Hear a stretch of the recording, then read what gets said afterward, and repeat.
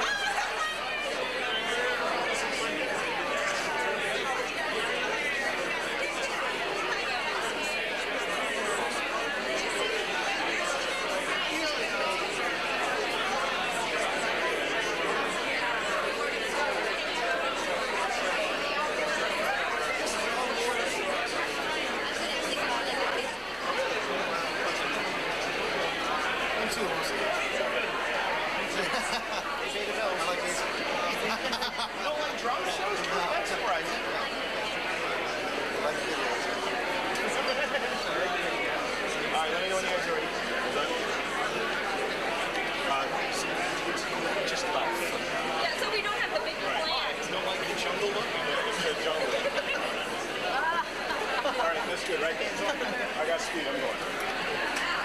We're here with the legend himself, Mr. Drew Carey.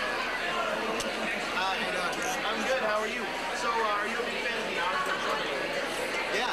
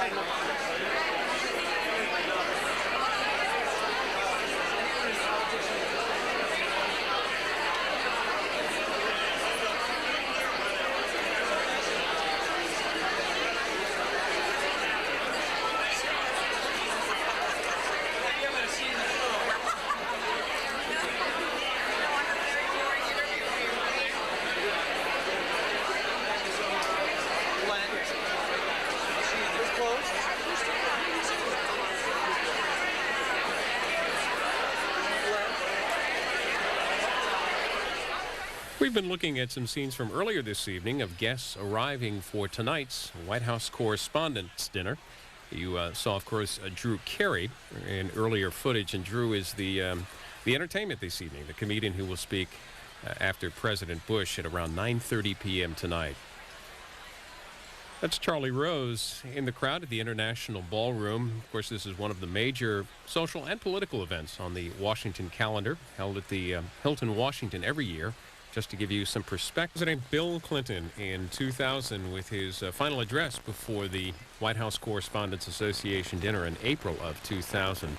And as evidenced by the very humorous video there at the end, entertainment and comedy have been a hallmark, really, of these dinners since they began in 1920. And 1924, Calvin Coolidge became the first of 14 presidents to attend the dinner. We're looking around live at the International Ballroom of the Hilton, Washington and Towers. We're expecting the speaking portion of tonight's White House Correspondents' dinner to start sometime within the next 10 minutes. And we'll bring you that live coverage when it begins with President George W. Bush and tonight's entertainment provided by comedian Drew Carey. This is an evening in Washington where everyone's dressed up, but the political guards are let down. As we wait for the beginning of tonight's speaking portion of tonight's program, we'll show you some of the sights and sounds from the pre-dinner cocktail party earlier this evening.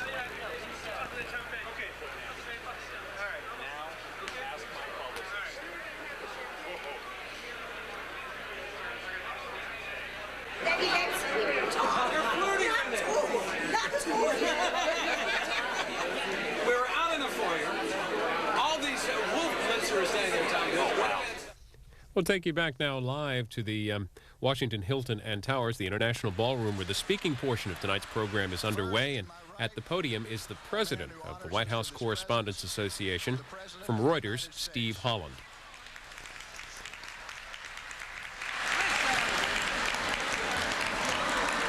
Next to the president is Bob Deans of Cox Newspapers, who is the incoming president of the association. Next to Bob, a fierce advocate for literacy and early education, the First Lady of the United States, Laura Bush.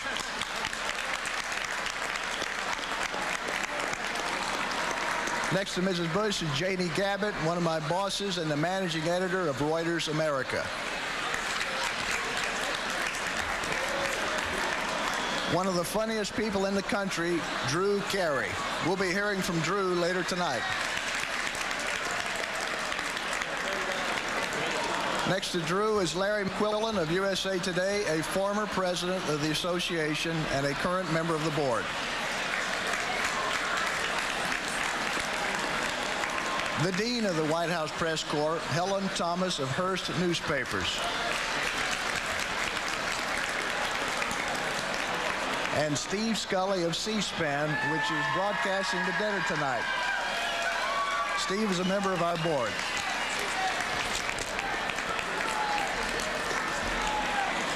Now to my left, Carl Cannon of National Journal, the incoming vice president of the association.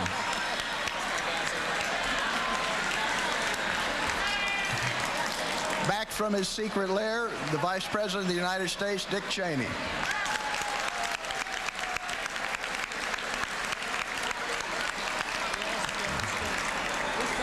Sonia Ross of the Associated Press, a member of our board.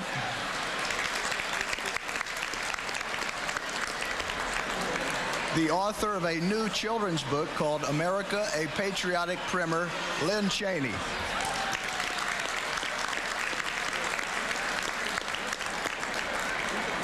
Jody Enda of Knight Ridder Newspapers, a member of our board.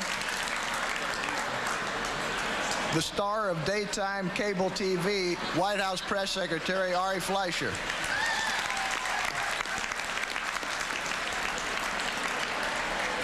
Mark Smith of AP Radio, a member of our board. Doug Mills of AP Photos, a member of our board. And our indispensable legal counsel, Dick Schmidt of Cohen & Marks.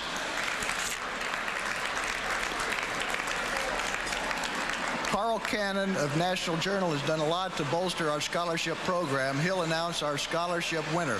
Carl?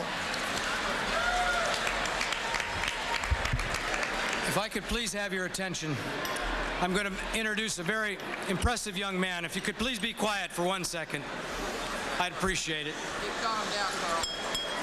Keep talking down. I will. Please. This is a young man from Washington, D.C., who won our scholarship this year. His name is R. Cain Thomas. We asked him to write an essay on how you could make a difference as a White House correspondent. And he wrote an essay that all the judges were so touched by. I'm going to read you just a sentence from it, if you don't mind. The President of the United States has the most important job in the country, and arguably in the world, Cain wrote. In his pen, he holds the power to save or destroy lives. At the same time, the journalist covering the President has the power of reporting the President's actions to the world. These journalists must always represent the truth.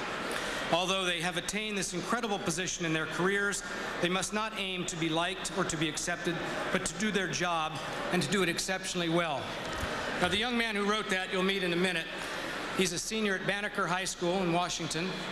He's just decided to go to Carleton College in Minnesota. He is also an unpublished novelist and a poet. His mother wanted me to tell you that he's an Eagle Scout. And he's also, and as he told Sonia Ross and I when we went to lunch with him very proudly, he's also a PK, a preacher's kid. Anyway, I'd like you to introduce Cain Thomas to you.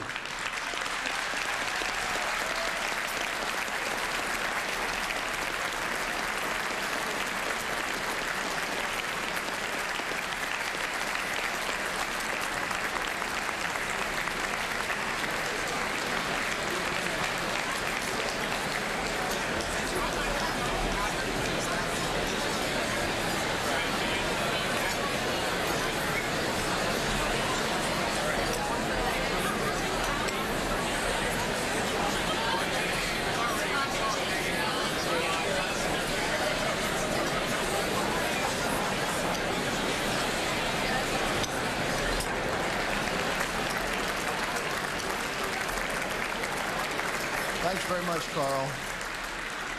Mark Smith of AP Radio will announce the winners of our annual Journalism Awards. Thank you.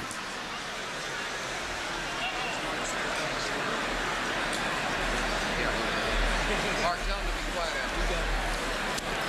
Ladies and gentlemen, can we have your attention, please, for the awards?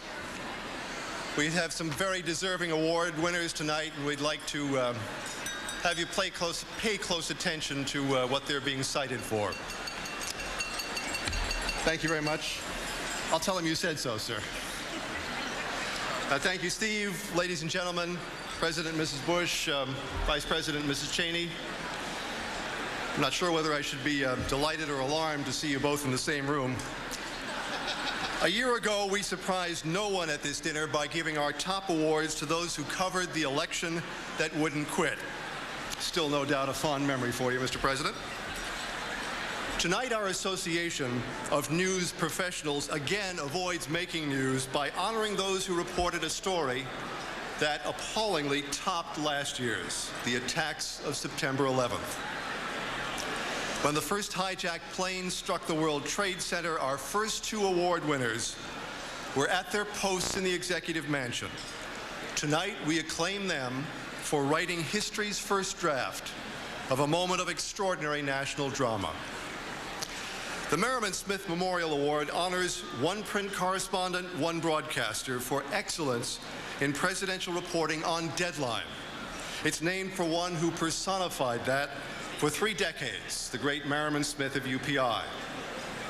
Our print award winner tonight is my Associated Press colleague, Chief White House Correspondent Ron Fournier.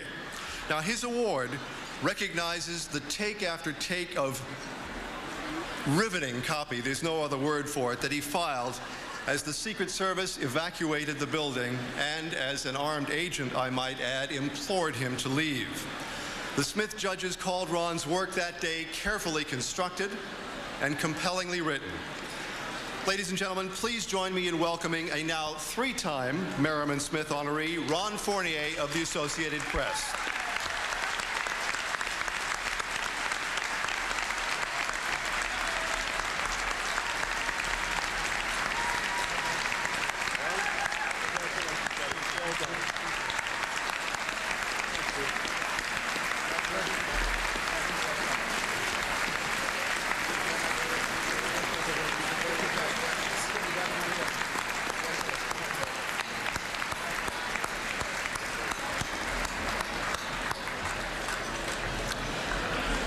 Now, as Ron was typing, CBS News correspondent Peter Mayer was speaking. He was describing for his radio listeners a scene he called controlled chaos, in tones and fluency those listeners have come to expect, and the rest of us in broadcasting Peter aspire to. With resourcefulness, too, Peter, by the way, commandeered phones at a nearby business and even the metro station. The Smith judges say that Peter's accounts made listeners feel part of the scene. Ladies and gentlemen, here back for a 4th time now accepting the Merriman Smith Award, Peter Mayer of CBS News.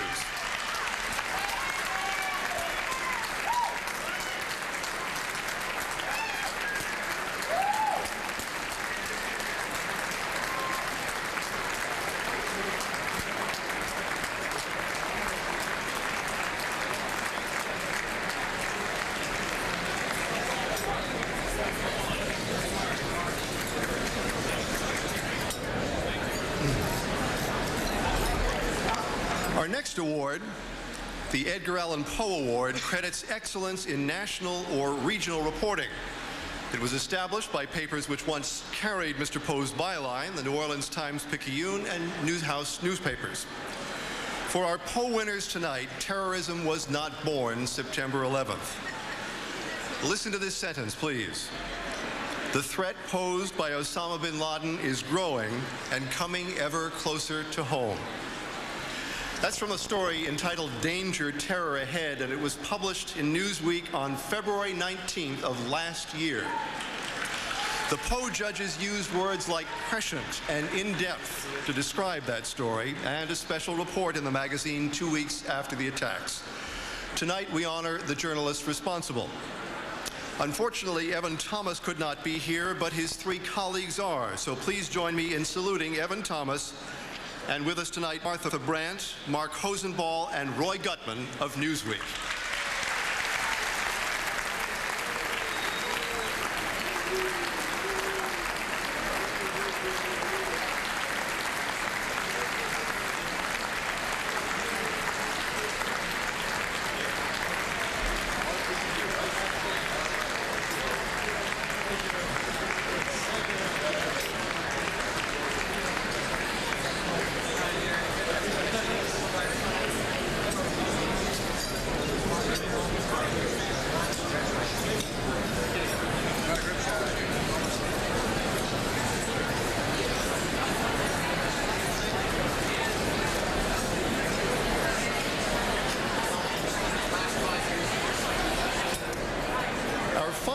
Tonight is the Aldo Beckman Award for Journalistic Excellence, which commemorates this association's former president and a respected former correspondent for the Chicago Tribune.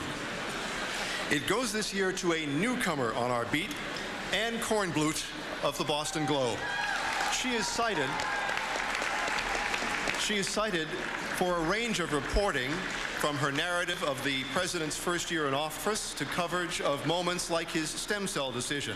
Now, the judges, please listen to this, the judges delighted in Anne's graceful and clear writing, her remarkable range, and her resistance to following what they called the media pack. I think I resent that.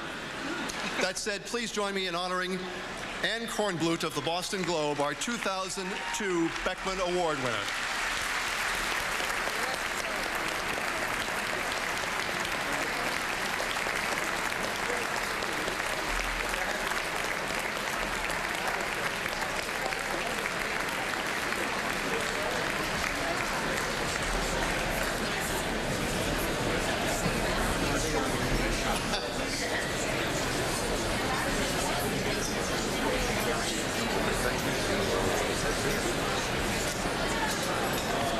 Congratulations as well to our two honorable mentions for the Poe Award, the Seattle Times and the Dayton Daily News.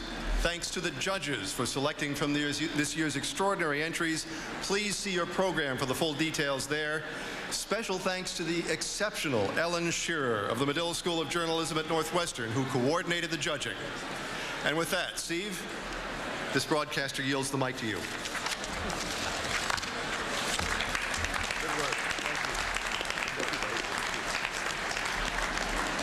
Thank you, Mark. Now it's time for my favorite part of the program, the peaceful transfer of power to a new president. Bob Deans has worked for Cox Newspapers for 17 years, including a posting in Japan. He's been a White House correspondent for 4 years. He's a family man with a super wife and 3 children, and sometimes he rides his bike to work. Bob Deans, everybody.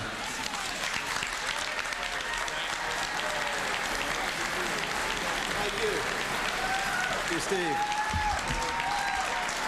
Thank you.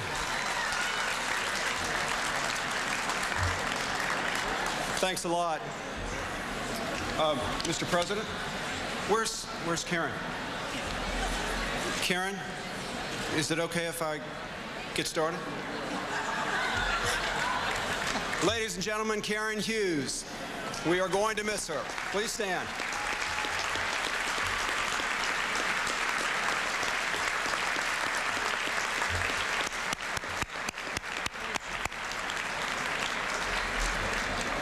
You know, a lot of people can't understand why Karen wants to leave Washington. I mean, this is a town where a talented person can work hard, work well, succeed, and reap the rewards of that success. Just ask Major Garrett.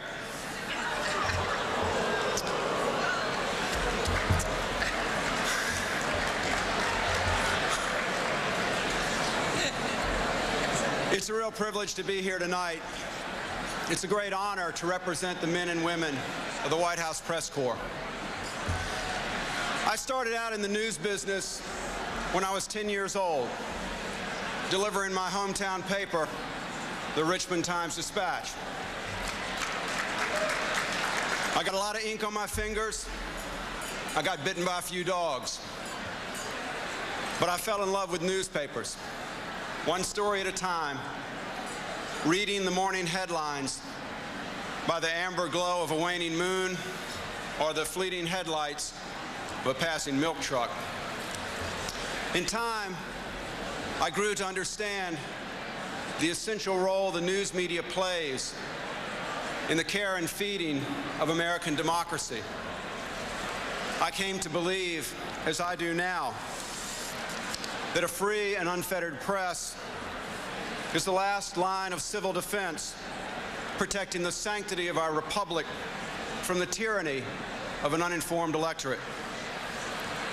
Now, through the modern miracle of reader email, Mr. President, I know not everybody agrees with that assessment.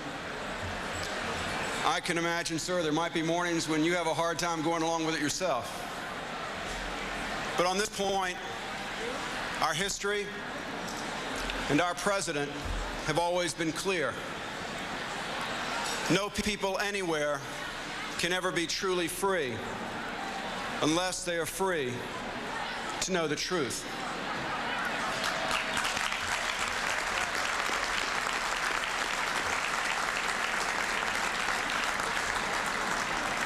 Every journalist in America has a role to play in the daily pursuit of that ideal, whether we cover the White House or the local school board.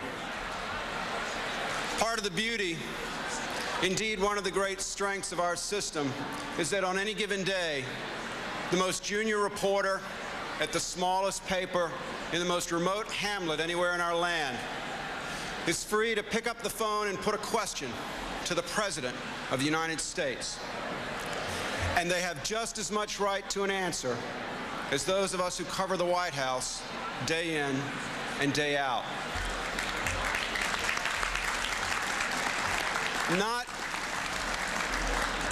Not because we journalists are special, but because the American people are truly free to know the truth.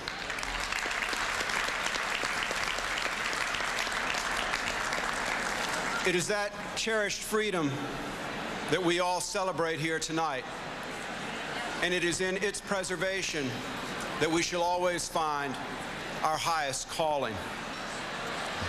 And so tonight, we pause to pay tribute to the American presidency, the only office our Constitution provides to represent all the American people,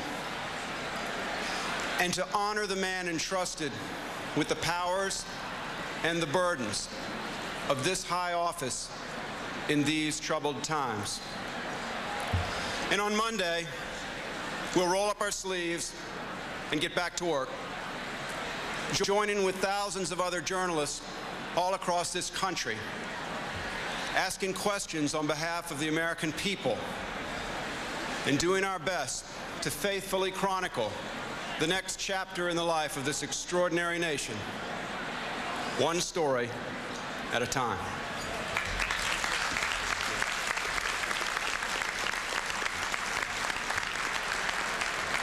And now, on behalf of the White House Correspondents Association, it gives me great pleasure to extend our gratitude to a journalist who's been doing just that for 24 years. He's a journalist. He's the kind of guy our Commander-in-Chief likes to call a good man. He has represented the White House Corps wisely and with distinction, and we are all better for his service. Ladies and gentlemen, friends and colleagues, please join me in presenting the honorary gavel to the outgoing president of the White House Correspondents Association, Mr. Steve Holland.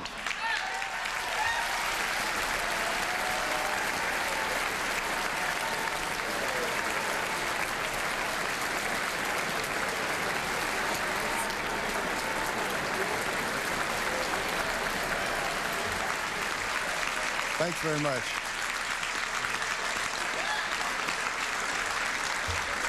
Thank you. I'll be brief, and then we'll bring the president up. I'd like to thank my editors and colleagues at Reuters, in particular my bureau chief, Rob Doherty, for giving me the time and support to work on behalf of the White House Press Corps. Thanks to my fellow board members for their hard work and support. And I couldn't have gotten through the year without the sage advice of the former presidents of this organization. I'd also like to thank R.A. Fleischer and his team in the White House Press Office for their cooperation.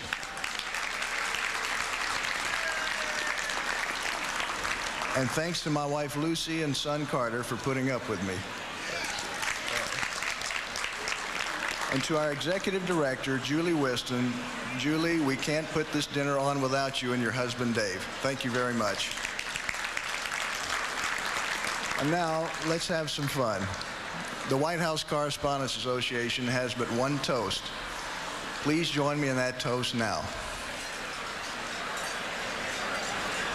To the President of the United States.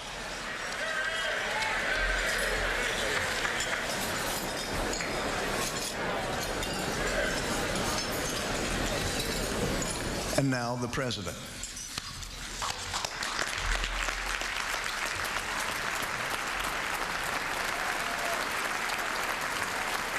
Thank you all.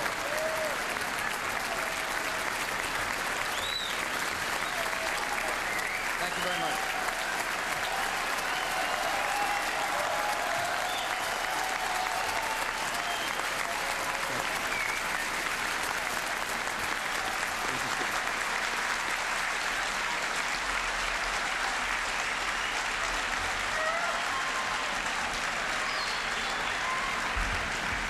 Thank you very much, Steve. Mr. Vice President, members of the White House Correspondents Association, ladies and gentlemen, Laura and I are honored to be here tonight. Thanks for the invitation.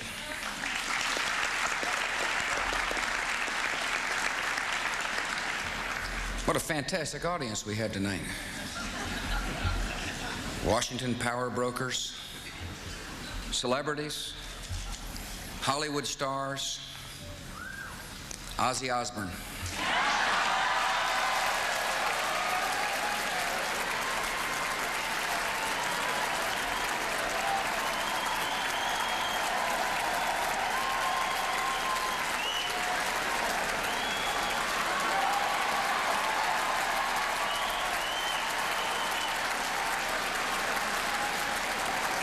Okay, Ozzy.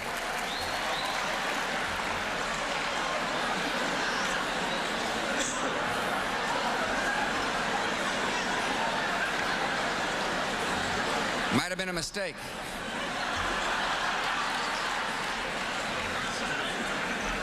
The thing about Ozzy is he's made a lot of big hit recordings. Party with the Animals, Sabbath, Bloody Sabbath, Facing Hell, Black Skies, and Bloodbath in Paradise. Ozzy, Mom loves your stuff.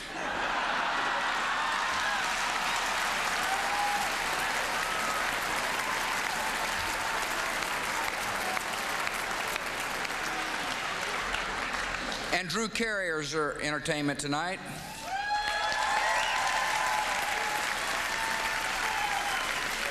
Drew has a fun TV show called Whose Line Is It Anyway?, which is totally improvised. Drew, got any interest in the Middle East?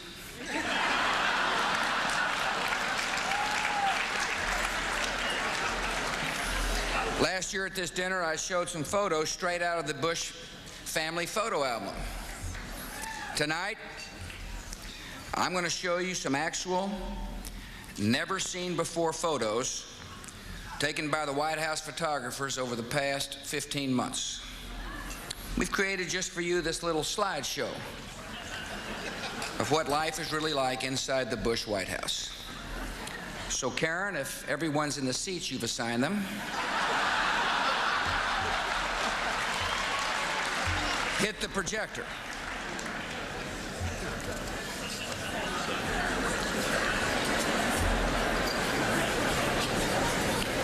When I look back over the last year, I think I've grown in office. I'm much more focused.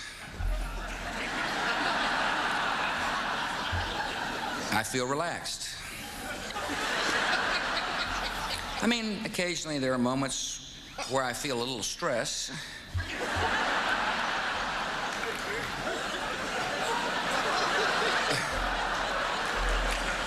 I may have aged a bit. One of the great things about being in the White House is having Laura close by. Whenever she drops by my office, my day is brighter. She helps me in a million ways. Here she is, helping me pronounce Azerbaijanis.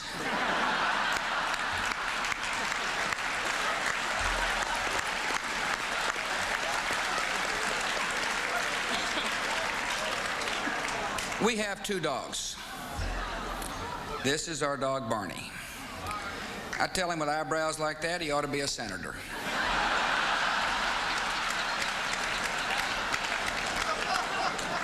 You can tell Barney's in some trouble here. This is the day he chewed up the list of undisclosed locations and we couldn't find Dick.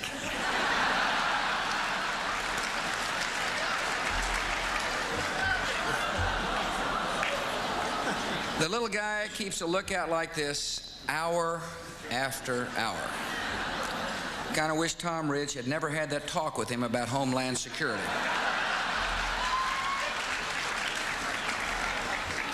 Now, this is our dog, Spot. People often ask me how I came up with that name. I don't know, I'm just kind of a creative guy. The thing about Spot is that she actually thinks she's the president. Here she is coming back from a fundraiser for the American Kennel Club. But she is truly a great canine American. And I value her counsel. Just as I value the counsel of others on the staff. We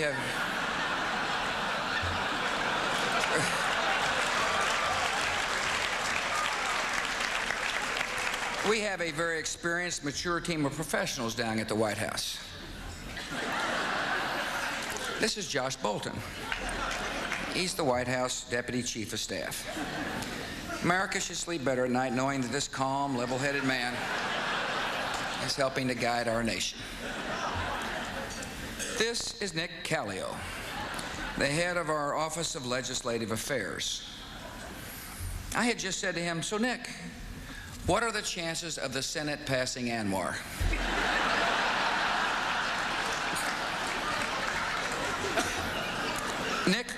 Nick really prepares me well when the congressional leaders come down for meetings. Here he is testing out a whoopee cushion we're going to use on Senator Byrd.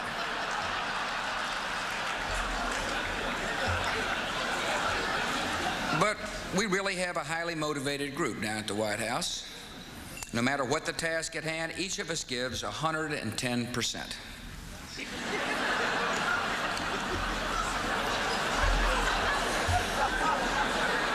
The truth is, the door to the Oval Office has a little peephole. This is Karen Hughes peeping in on me. This is Karl Rove peeping in on me. This is Condi Rice peeping in on me. Spot has her own people.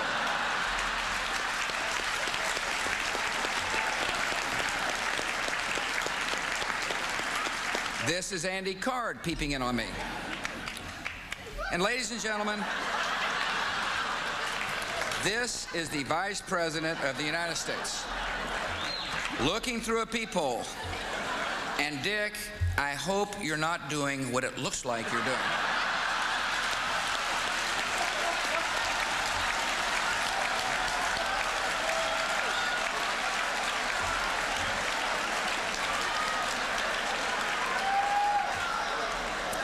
This photo actually has nothing to do with anything. I thought I'd show it to you, however, because it's the only known photo in existence of Alan Greenspan smiling.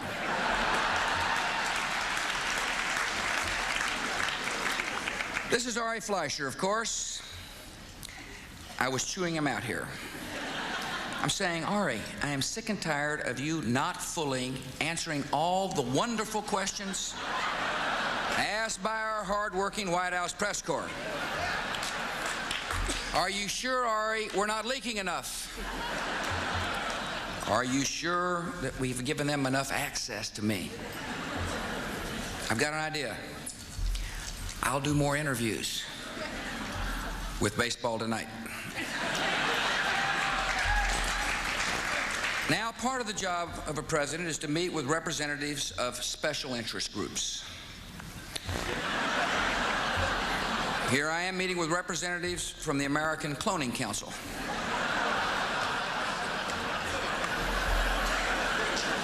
I try to work with Republicans and Democrats alike.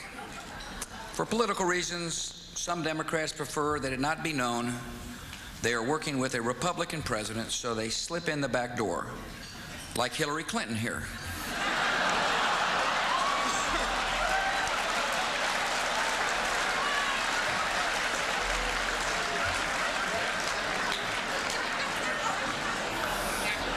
It's not all work, of course.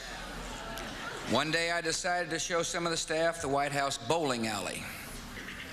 Boys and girls, there is a reason you wear those special bowling shoes.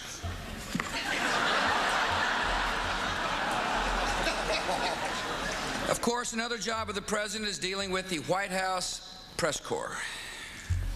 You asked some pretty tough questions, but to tell you the truth, I don't think you've laid a glove on me. Here I am after our last press conference.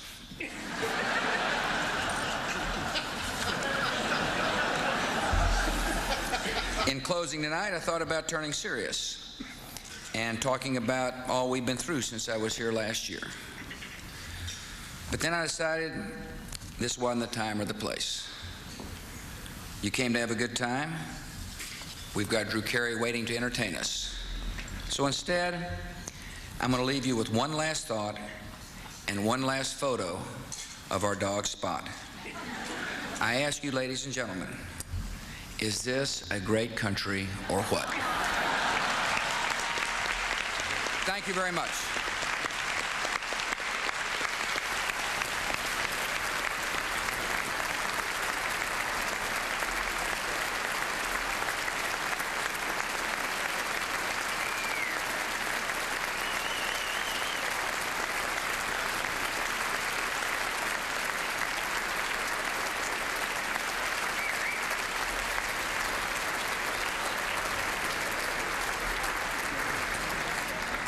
Thank you, Mr. President. Drew Carey has the rare honor of having not one, but two hit TV shows at the same time. The Drew Carey Show and Whose Line Is It Anyway? It's my pleasure to welcome all the way from the great state of Ohio, Drew Carey.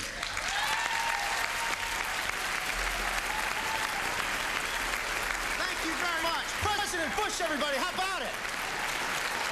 My opening act, President Bush. Fantastic. George Bush, thank you very much. Kid's got a future, I tell you. What an entertainer. That was really great, man. Timing, everything, jeez. Oh, by the way, if we hurry, we can make the 10:30 Spider-Man, so hurry up, let's get out of here. I'm really nervous about being here. I hope I'm funny, but at least I know if I bomb, Saddam Hussein will send my family money.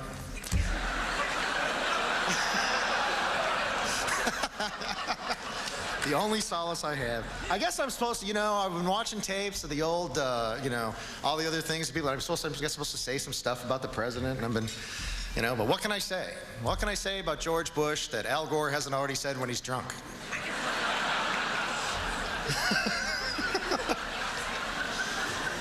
I love watching him give us, I'm telling you, you give the greatest speeches. Every time I get a chance, I watch, because every time he gets to a big word, it's like watching a high wire act.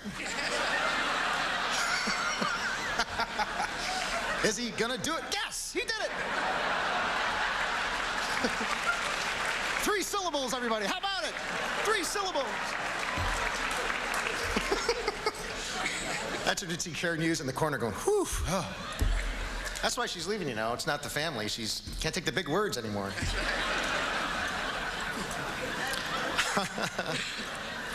Ozzy Osbourne here. That's great. Nice to see you. What's up, bro?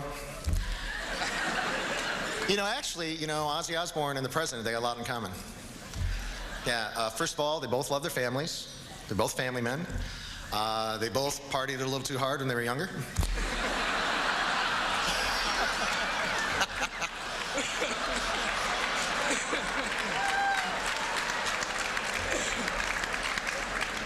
Half the time, you can't understand a word either one of them are saying.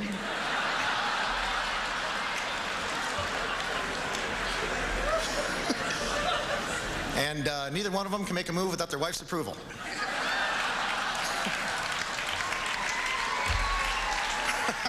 That's right. I got you pegged, buddy. I'm sorry, I was talking about Hillary. Excuse me, I got it. Oops, I meant Nancy. Gee, I got it mixed up. Oops, I meant Eleanor. Oops, I meant Dolly Madison. How far back do I have to go? So it's great to be here. It's real exciting. By the way, I don't know, I have to bring this up. I have friends in Hollywood. I don't have the usual Washington-type friends. They're all Hollywood people. They live a different lifestyle than everybody lives. And I said, you know, I'm meeting the president. Anything you want me to say. So they got together. It was at a party. They got together. 4 hours later, this is what they came up with. It took them 4 hours. They all want you to legalize pot and make everything solar. So, passing the message on. Took them 4 hours to come up with it. And if you can't do both, then at least legalize pot. That's what they said. They thought and they thought and they thought. By the way, I don't know if anybody recognized me. A lot of people didn't recognize me. I don't have my glasses anymore. I got LASIK surgery. If anybody thinks of getting it, it's the greatest thing I ever did. It's the greatest thing. I can see perfectly. The only bad part is that now I have to see myself naked in the shower. I had the best body before I got LASIK surgery. The day after, suddenly I let myself go. I also had angioplasty last August. Same thing Dick Cheney had, angioplasty in the stent, except they left my heart in. Hey, how about that? Woo!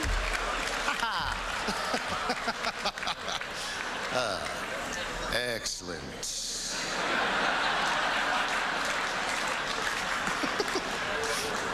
Smithers, who is that energetic young boy running through the halls? That's the president, sir. Send him to me. I'm glad you're laughing, because I got a family.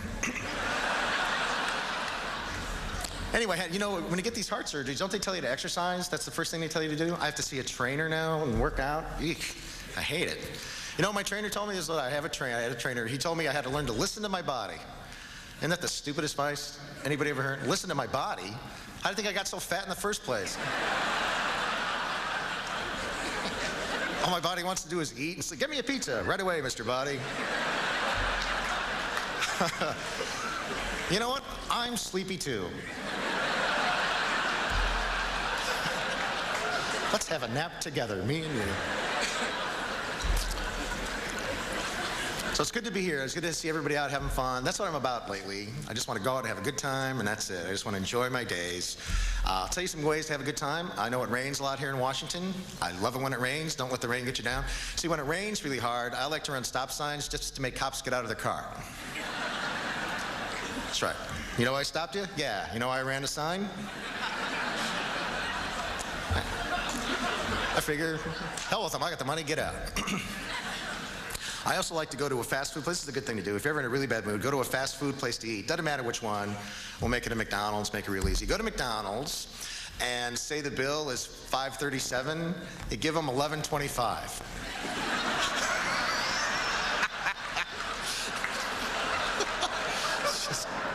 Just watch them stand there. Oh, my brain. Ow.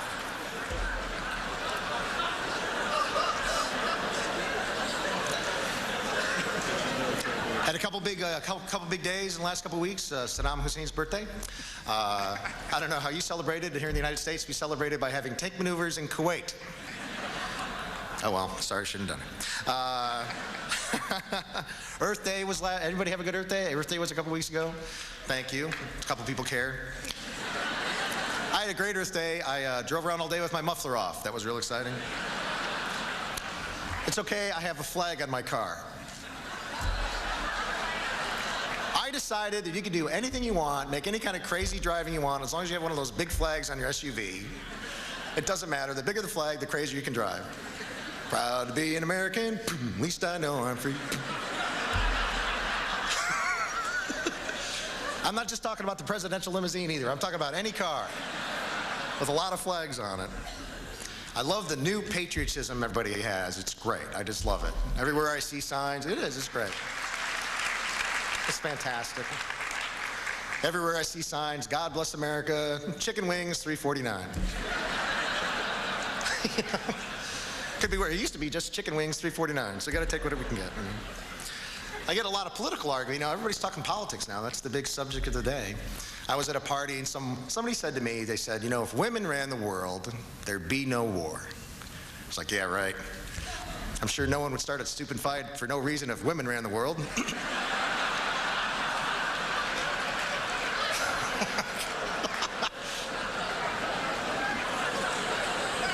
Yeah, hi, this is England. How come I'm being invaded? Oh, I think you know why.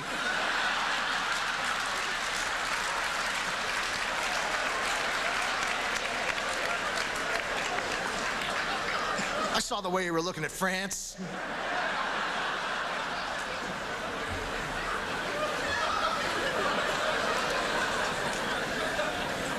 I can't watch the news lately. I know everybody, you know, I recognize a lot. I do watch the news. It gets so depressing. That's what I mean. I just get depressed watching the news. You know what I do when I watch the news now? I turn the news off. I get out my Bible. I turn to the book of Revelations. I start just checking stuff off. You know? Got it, need it, got it, need it. Red Dragon, 7 horns, 10 crowns. Got it. Ozzy Osbourne, America's favorite TV dad. Got it. Oh, man. $20 million, huh? You know, that's barely going to pay for your kids' therapy. I don't know why. That money's going to be down the drain, man. You know, I read the Bible a lot. You know, this is crazy. We celebrate holidays. And you know what I just found out to us recently? There's so many holidays we celebrate here in this country that have nothing to do with the Bible at all. Real famous holidays, like Christmas.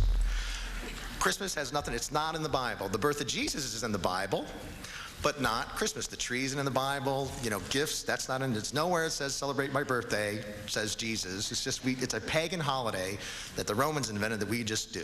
But everywhere you go, I'm telling you, I've seen this so many times. You see a big nativity scene, and there's baby Jesus, the manger, sheep, shepherd, wise men, Mary, Joseph, Santa Claus right in the middle.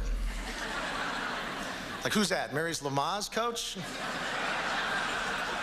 Santa Claus has nothing to do with anything. Neither does the Easter Bunny. Easter is another pagan holiday that's not in the Bible. Every Easter, you don't hear anything about Jesus on the cross. All you hear is about the Easter Bunny. Easter Bunny this, Easter Bunny that. Why is the Christian religion the only one in the world that needs a mascot to sell their stuff?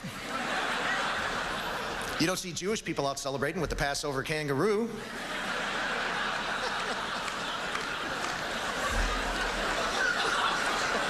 There's no Ramadan rooster.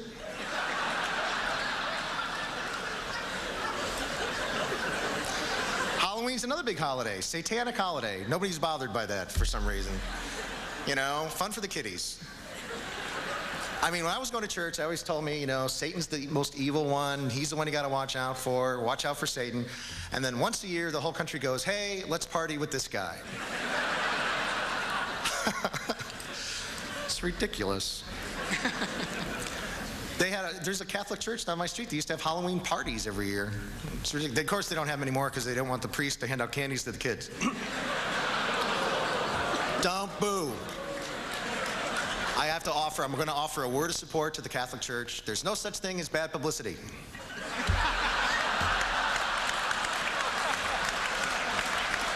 No such thing. Capital C, small a, T-H-O.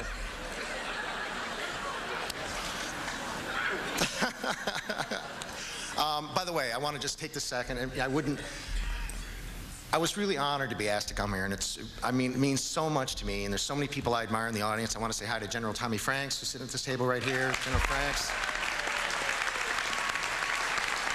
Thank you, General Tommy Franks. And Colin Powell, it's just an honor just to be in the same room with you, sir.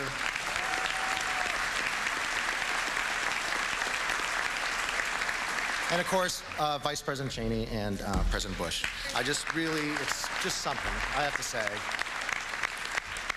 I was at your inaugural parade. I don't know if you remember. It was so cold out there. It was freezing. I was getting booed every 25 feet. And all I could think of was, hey, it could be worse. Could be a gore parade. You know? I was so happy it was you, and it's a real honor to be here. The reason I mentioned General Franks is, and Colin Powell, and is especially because of the war that's going on. And I got to do a USO tour, a couple of USO tours last year. And I knew this before because I used to be in the Marine Reserves. But I just want to say in all seriousness, we have the best military in the world. I just want to tell you. Nobody's better. No, but I get choked up. I can't really go through the whole thing, but it really, the most honorable people and the regular troops, they're the most hardworking. They do everything. They follow every order, no matter how stupid. And they just go, okay, we'll do it, because we're the military, and that's what we get paid to do. And I salute you, and God bless all of you for everything you do.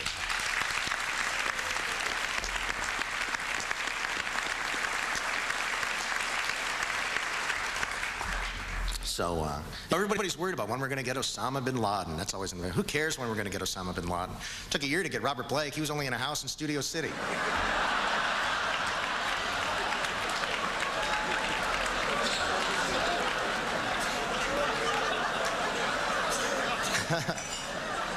And what took him so long, by the way? I knew he was guilty the minute he said, oops, I left my gun in the restaurant. You don't like suddenly, oops, I left my gun at the restaurant, and you go in, your wife gets shot at the same time. What a coincidence. You're not going to go away with that. He used a gun, a rare gun, a World War II vintage gun. It only has certain bullets it can use. Those are very rare. There's 3 bullets missing from the box. 2 of the bullets are in her, the other bullet's in the gun. You know what I think? I think he wasn't trying to fool like modern police detectives. He was trying to fool Beretta. He was walking around, what would Beretta do? And if you do catch Osama bin Laden, when you catch Osama bin Laden, because you get, by the way, if he has cable, up yours, buddy. Special message from me to you. Even if you kill him, nobody's going to believe it. You know, there's Arabs out there, they're not going to believe anything you do. They don't believe the other tapes we got of Osama bin Laden. They all say it's fake. You know, isn't that annoying? You get these tapes, here's Osama, they go, no, you faked it. The United States faked it. It's like trying to convince Democrats they really lost the election.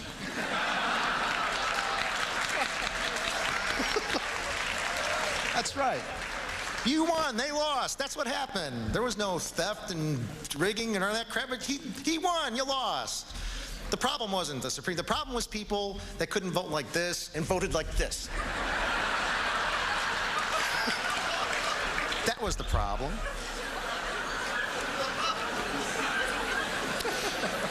I have to say, you know, I was over in some Arab countries with Tommy Franks, and we have great Arab neighbors. A lot of people get down on Arabs now because of Osama.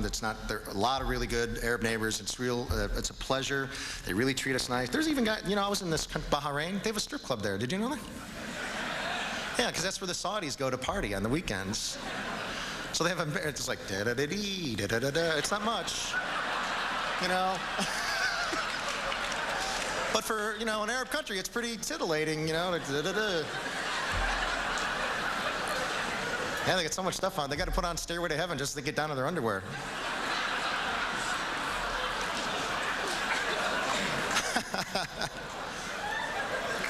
And I can't figure, you know, they're so friendly. I can't figure out why other countries like hate us like this. Can you figure it out? We're just so nice to everybody. We don't want much. America, we just want to go to your country. We want to open a couple of burger stands. Sell the best burgers in the world, some delicious recipe chicken, you know. So, you know, that's all we want to do. Chain your kids to a sewing machine.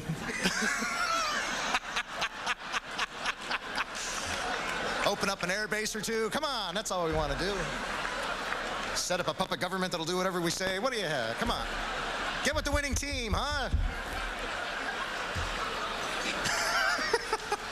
Is it too much to ask? So while I salute everything, I got a couple complaints. This is why I'm so glad to be here, because, you know, it's like I can finally complain to the manager, you know. All this time I've just been muttering into my newspaper at the coffee counter. The security codes. Here's a couple of my ideas that'll really help out. The security codes we have, red, yellow, whatever. What do they mean, and what are you supposed to do? I have no idea. I know that yellow is pretty bad, and there's orange and stuff. So the red is the one I'm worried about, if it's red. So my idea, if it's a red day, everything's 50% off. Yeah. It warns people and it gives them hope all at the same time. Solve a lot of problems, 2 for 1.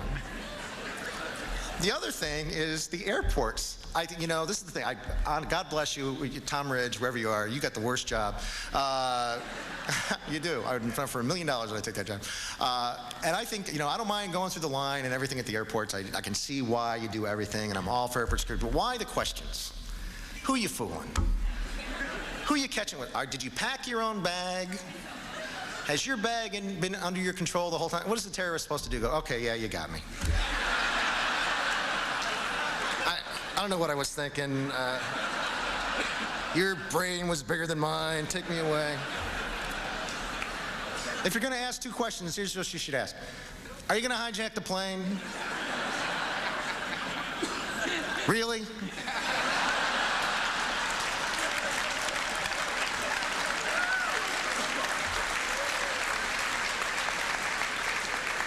I can't even answer those questions, honestly, because I'm rich. I hate to break it to you. A lot of people go, oh, Drew Carey, regular guy, but I got tons of money, man. And when they ask me, did you pack your own bag? I can't go, well, no, my assistant packed it. He doesn't like to, but I make him.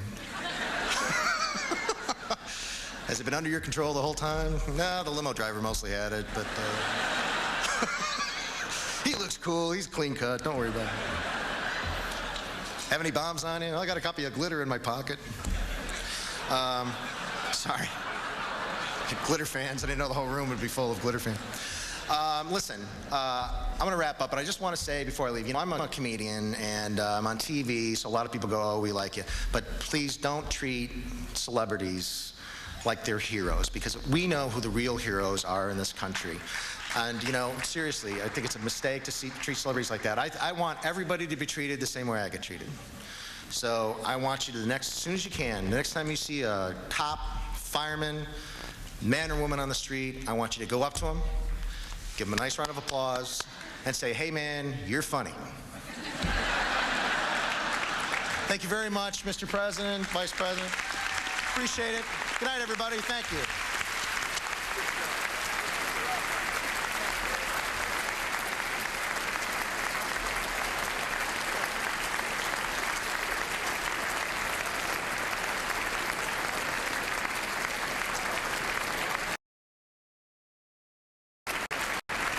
Thank you, Drew. Now I need to ask you all to remain seated while Bob Deans and Carl Cannon escort President and Mrs. Bush and Vice President and Mrs. Cheney out of the ballroom. Thanks, everybody, for coming.